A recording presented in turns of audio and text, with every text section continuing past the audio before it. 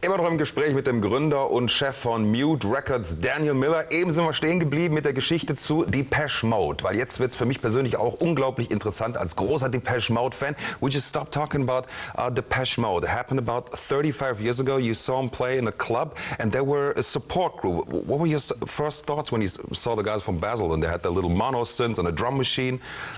Well, I saw them during the sound check, first of all, and they were very young, between 17 and 19, and they looked like kind of, well, they know I'm not being rude because they know that I think that they look like kind of low-rent neuromantics. Okay. And I wasn't a big fan of the whole neuromantic movement at the time. It wasn't something that I was into, but they had kind of neuromantic clothes and the kind of haircuts and all that kind of stuff, and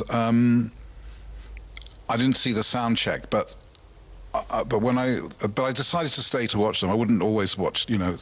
I think Fad Gadget, Frank and the band went off to have dinner somewhere. But I thought I'll just check these guys out.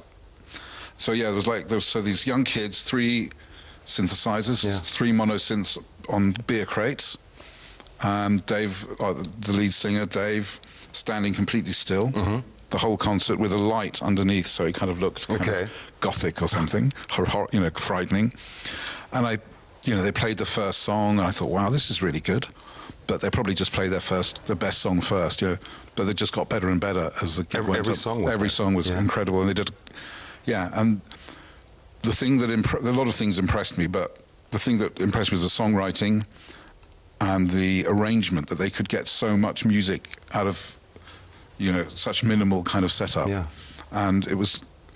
And so I was like blown away, and I went backstage. I mean, it was a small pub, about a third of the size of this. Was really backstage or anything? There was a little backstage. Okay. There was a little backstage. I went back and said to them, I really enjoyed that. I couldn't quite believe what I'd seen, in a way. So I said, you know, you're playing again soon? They said, yeah, actually, we're playing again next week here at this, supporting another band. So I said, they were a bit cool, you know. They're a little bit cool, a bit offish, you know. And so I said, well, I'm going to come back. And I brought a couple of people with me. I brought Boyd Rice, who was an artist on mute, who is still an artist on mute, called Non, who's a total noise artist, but a complete pop fan. And he's American, but he happened to be in London. He came with me and somebody I was working with. And it was great again. And I just said, I've got to do it. And Boyd was going, you've got to do this, you've got to do this. And I was saying, everybody was saying, I've got to do this. Yeah. So I went backstage again. We had a bit more of a talk. And I said, would you like to put out a single? And they said, yeah, okay.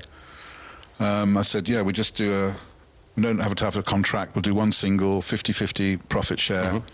If it doesn't work out, you know, you can move on. So we did the first single. We recorded the first single, which is called Dreaming of Me. That was back in 81, if I'm right. Early 81, yeah. And it did pretty well. It got on the radio, not like super plays, but it started getting airplay where none of our records had ever got before. There was a lot of interest. The band quickly gained a following. They also gained a following from other record companies who tried to sign them. And yeah, they were under a lot of pressure to sign a big deal from major labels.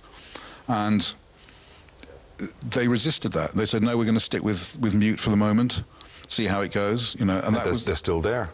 Well, not quite. No, they recently moved on, but I'm still working with them. Which is working with Vince Clarke. You're still working with him. I'm still working with Vince, and I'm still working with Depeche on an A&R level, even though they're not on Mute anymore.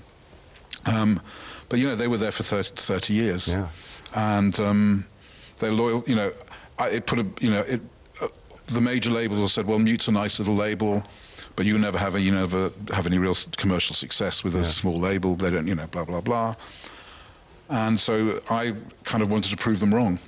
And you did, because so many people said in the beginning you couldn't really do it, but you proved them all wrong. I actually have Dreaming of Me loaded up here on the computer. Really? It is back from, I think, from 81. It is a recording done in Amsterdam, actually, in a club. And there you can really see how young Depeche Mode back then they really were.